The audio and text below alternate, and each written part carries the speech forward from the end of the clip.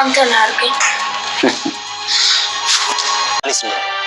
መድብል እኔ ቅርቡ ነበርኩ ለሱ ከልጁ በላይ ዓለም የለም ጠንቅቄ ነው ማውቀው ሞገስ ያለንበትን ሁኔታ ልትረዳ ይገባል ያለነው በጣም ከባድ አደጋ ውስጥ ነው እነዚህ ሰዎች በጣም ከባድ ሰዎች ናቸው አሁን በምሳሌ ጉዳይ ብቻ አይደለም ብዙ ምስጢር አውቀናል እነ ፍራታ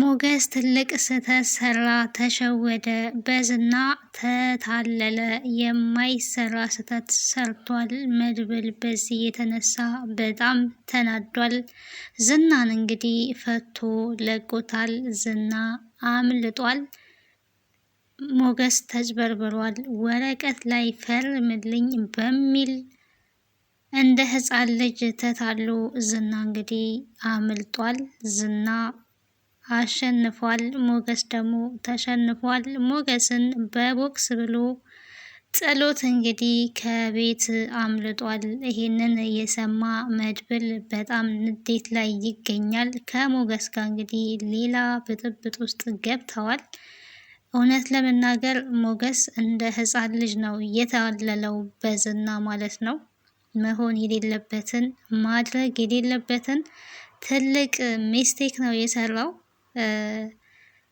በዚህ ልክ መጭበርበር አልነበረበትም ዝና እንግዲህ ወረቀቱ ላይ እፈርምልካለው ፍታኝ ምንም ችግር የለውም እናንተ በሰላም እንድትኖሩ ነው የምፈልገው በማለት እንግዲህ አታሎታል ማለት ነው ብልጥ ይመስለኝ ነበር ግን ሞገስ ዛሬ ተታሏል በጣም ዋጋ የከፈለበትን መድብል ዋጋ ከፍሎ ስንት መከራ አይቶ ያገተውን ዝናን አሳልፎ መስጠት ወይ ደግሞ መፍታት አልነበረበትም የራሱን ጥቅም አስቀድሟል ሞገስ ማለት ነው በወረቀት ላይ ለማስፈረም ብሎ ግን ዝና በዚህ ምክንያት አምልጧል አሁን ላይ የመድብልን እቅዶች እንዳለ አበላሽቶበታል ማለት ነው ሰላም ጤና ይስጥልኝ ውድና የተከበራችሁ ቤተሰቦቼ እንዴት አላችሁ በያላችሁበት ሰላማችሁ ይብዛ ለዚህ ቻናል አዲስ ከሆናችሁ ሰብስክራይብ ላይክ ሼር እያደረጋችሁ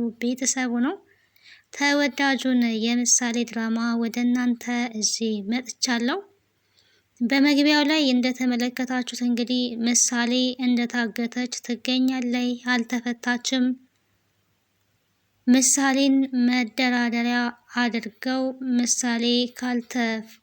ምሳሌ ትሞታለች መርዝ አዘጋጅተንላታል ምሳሌን በህይወት አታገኟትም ምሳሌን ማግኘት ከፈለጋችሁ ዝናን መፍታት አለባችሁ ዝናን ልቀቁ እያሉ እንግዲህ እነ ካሌብ ሞሲሳ ድርድር ጀምረው ነበረ መድብል ግን በጭራሽ ምንም ሊያረጓት አይችሉም ይሄንን የምናረገው ለምሳሌ ብለን ነው ዝናን ከፈታ ነው ምሳሌንም ላናገኝ እንችላለን ከዚህ በኋላ ደግሞ ዝናን ለመያዝ በጣም ነው የምንቸገረው ስለዚህ በምንም ተአምር ዝናን አለቅም በማለት እንግዲህ ቆርጦ ተነስቶ ነበረ ካሌብ ሞሲሳ እንግዲህ መድብል ጋር ደውሎ በ5 ደቂቃ ውስጥ ዝናን የማትፈቱት ከሆነ በምግብ ላይ የተዘጋጀ መርዝ አለ ያንን ምግብ ደግሞ ይሰጧታል ወደ ውስጥ ይዘው እየገቡ ነው 5 ደቂቃ ብቻ ነው ያላችሁ በ5 ደቂቃ ውስጥ ካልተፈታ ዝና ምሳሌን በህይወት አታገኟትም የሚል ማስፈራሪያ ለመድብል ነግሮት ነበረ አቶ መድብል እንዴት ነክ እስካሁን ትደውላለህ ብዬ እየጠበቅኩ ነበር ግን አልደወልክም ምሳሌ እኔ ጋ ነው ያለችው ነገር ግን 5 ደቂቃ ብቻ ነው ያለክ የሚል ማስፈራሪያ ነበረ የተናገረው መድብል አላማውን ስለሚያውቅ አይገሏትም ብሎም ስላሰበ ውስጡ መደራደሪያ እንደሆነ ስለተረዳ ሞገስ ግን ምሳሌ መሞት የለባትም በቃ ዝናን እንፍታው ብሩክ ለምሳሌ ሲል ነው ብዙ ነገር ያጣው ብዙ ዋጋ የከፈለው በልጁ አይደራደርም። ስለዚህ ምሳሌ ደግሞ ያንተም አደራ ናት፣ መፈታት አለበት። ዝና ይፈታ፣ ምሳሌን ማስመለስ አለብን። ዝና በቃ እንፍታው እያለ እየወተወተ ይገኛል ሞገስ። መድብል ግን ከአቋሙ ንቅንቅ ለማለት አልፈለገም። ምክንያቱም ዝና ከተፈታ ምንም አይነት መያዣ የለንም። ከዛም በኋላ ሁላችንም ነው ሊያጠፉን የሚችሉት። የብሩክን የት እንደደረሰ ስለ ብሩክም ደግሞ ግዴታ ማወቅ አለብን። ዝና መፈታት የለበትም ብሎ በአቋሙ ጸንቶ ይገኛል። መድብል እየለመነው ይገኛል። ቅድስትም ደግሞ እባክህ እሱ አንዴ ጠፍቷል፣ ትልቅ ነው።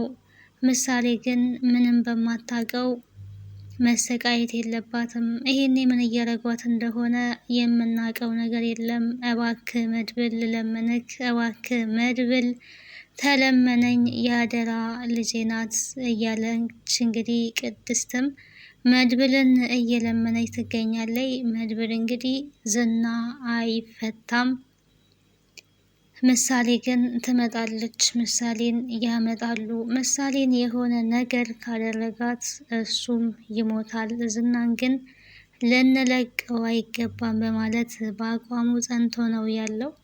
ምሳሌን ፍታ፣ አስፈታ በማለት በተደጋጋሚ እየደበደበ እንዲያስፈታ ቢነግረውም ምንም አይነት ፍንጭ መስጠት አልፈለገም ዝና። ስለ ብሩክም እንግዲህ አትጠይቁኝ፣ የብሩክን ነገር እርሱት፣ ስለ ብሩክም አላቅም እያለ እየዋሸ ይገኛል።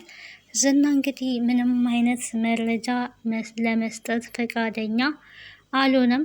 መድብል ይሄ ሁሉ አበሳጭቶታል። ቅድስትም በጣም ግራ ተጋብታ ቤት ውስጥ እያለቀሰች ትገኛለች። ዳጣ ደግሞ ወደ እሷ መታ ቅድስት ይሄ ሁሉ ነገር ያልፋል እያለቻት ትገኛለች። ቅድስት ግን አለመፈጠር ይሻላል መሰለኝ። እች ልጅ ምን ታውቃለች? አሁን በመፈጠሯ በጣም ብዙ ዋጋ ከፍላለች። ታመመች፣ አባቷ ዋጋ ከፍሎ አሳከማት። አሁን ደግሞ ከሕክምና ተመለሰች፣ ዳነች፣ ተሻላት ብለን ደስታችን እንኳን ሳንጨርስ አባቷ በድንገት የውሃ ሽታ ሆኖ ቀረ። አሁን ደግሞ ምንም በማታውቀው ይኸው ታገተች። እች ልጅ ይኸው ለሲቃይ ነው የተፈጠረችው። በመፈጠሯ ምን አተረፈች እያለች ትገኛለች። ቅድስት በምሬት እንግዲህ እያለቀሰች ነው የምትገኘው።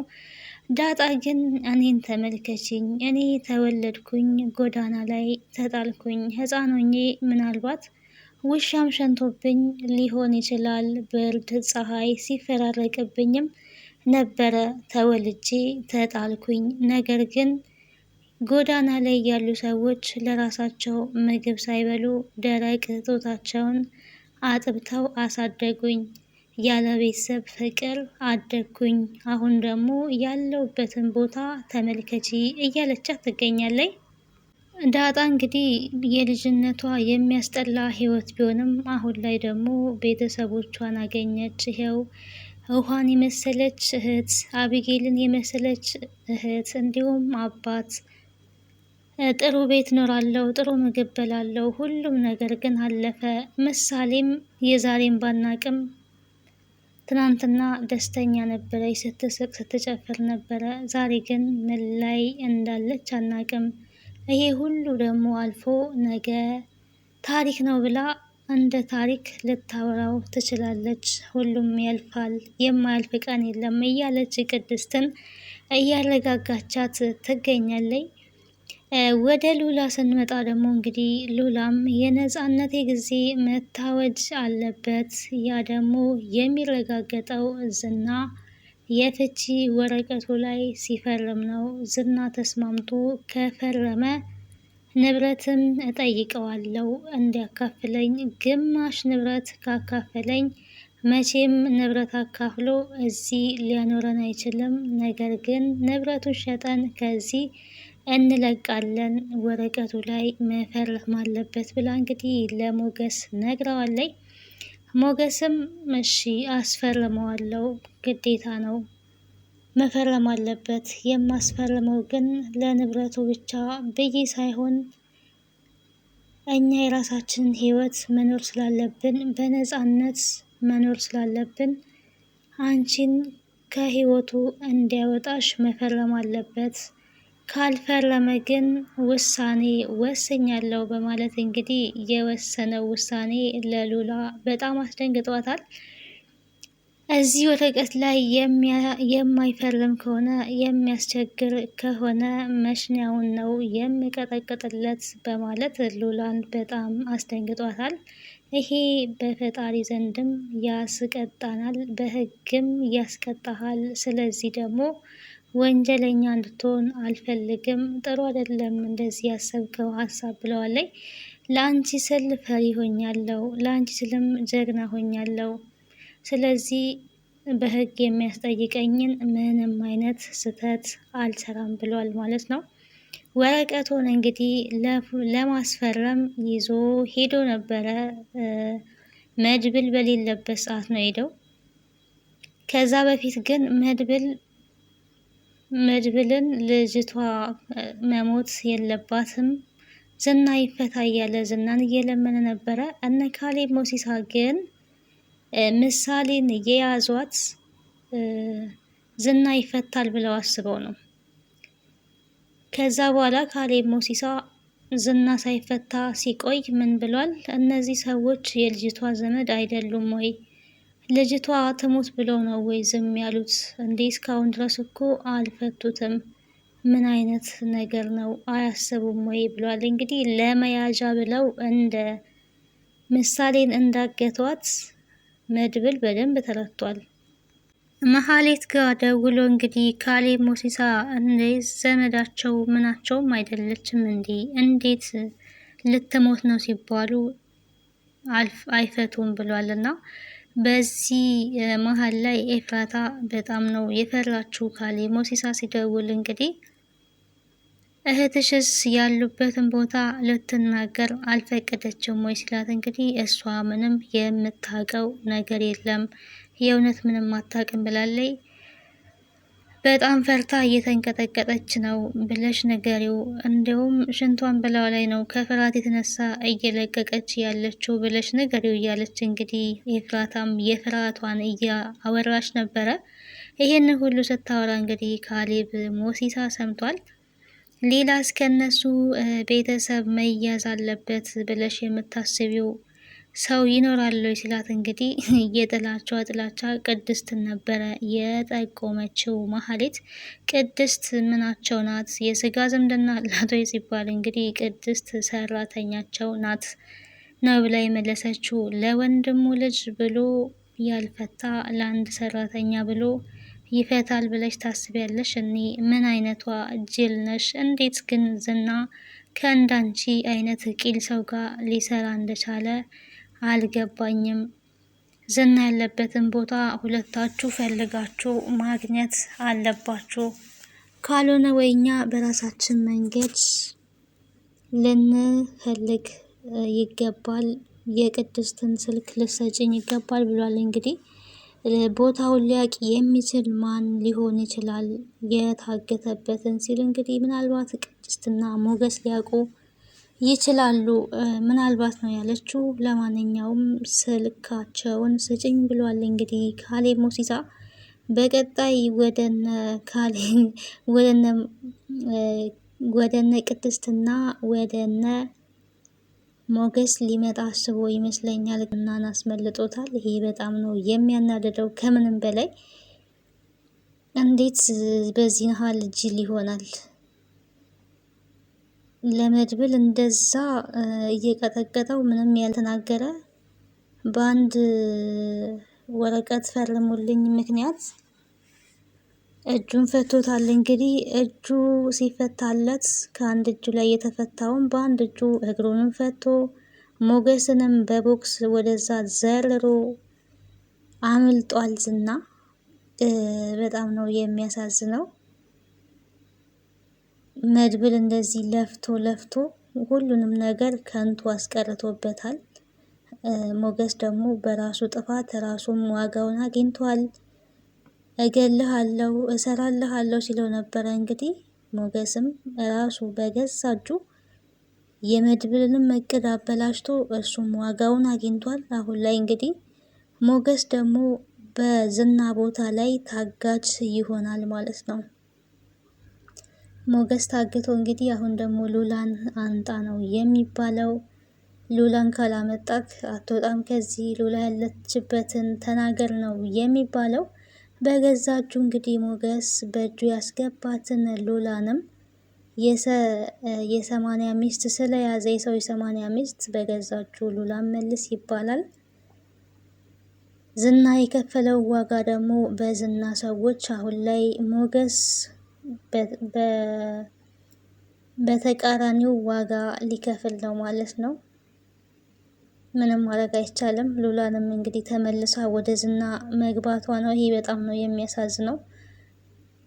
ምሳሌም እንግዲህ ከዚህ በኋላ ላትፈታ ትችላለች። ምክንያቱም ዝና ከዚህ ራሴ ነፃ መውጣቴ አይቀርም እወጣለሁ እንዳለ ይሄው ወጥቷል። አሁን ላይ እንግዲህ ምሳሌንም ደግሞ እልህ ስላለባቸው ላይመልሷት ይችላሉ። ማወቅ የሌለባቸውን ሚስጥር አውቀዋል ተብሏል። እንግዲህ ካሌብ ሞሲሳ መወገድ አለበት ነው እያለ ያለው። መድብልን መወገድ አለበት፣ ማወቅ የሌለበትን ሚስጥር ነው ያወቀው፣ ሚስጥር ስላወቀ ብቻ መወገድ አለበት ብሏል። እነ ኤፍራታም እነ መሀሌትም ብዙ ሚስጥሮችን አውቀዋል። ያንን ሚስጥር ደግሞ መድብል አውቋል። መድብል ይሄንን ሚስጥር ስላወቀ ወንጀል ስለሆነ እነ ካሌብ ሞሲሳ እነ ዝና የሚሰሩት ያለ ማቀፍ ወንጀል ስለሆነ አሳልፈው ለሕግ ይሰጡናል በሚል ሀሳብ እንግዲህ እነሱን ለማጥፋት ነው የሚሞክሩት። አሁን ላይ በጣም ከባድ ነው። ቅድስትም እንግዲህ ምሳሌ ካልመጣች፣ ምሳሌን እዚህ ቤት ከሌለች ምሳሌና ጋሽን ብዬ ነበረ እዚህ ቤት የምቀመጠው። አሁን ግን እዚህ መቀመጤ ምን ይሰራል? ምን አደርጋለሁ? እንደምንም ምሳሌን ብታስፈታልኝ ክፍለ ሀገርም ቢሆን እዣት ሄዳለው። ያደራ ልጄ እንደወጣች ቀረች። እሷን ብዬ ነበረ እዚህ የምቀመጠው። አሁን ግን ምን አለና እዚህ እቀመጣለሁ እያለች እንግዲህ መድብልን እየጨቀጨቀች ትገኛለች። መድብል ግን ትንሽ ታገሺ ብሏል። መድብል በጣም ግራ ተጋብቷል።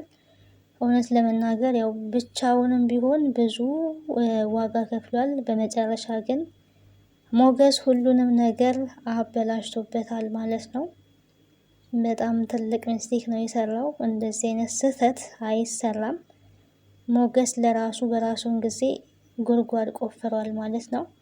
ቀጣዩን ክፍል ወደ እናንተ ይዤ የምመጣ ይሆናል። ለዛሬ የነበረን ቆይታ ይህን ይመስላል። ባይ ባይ።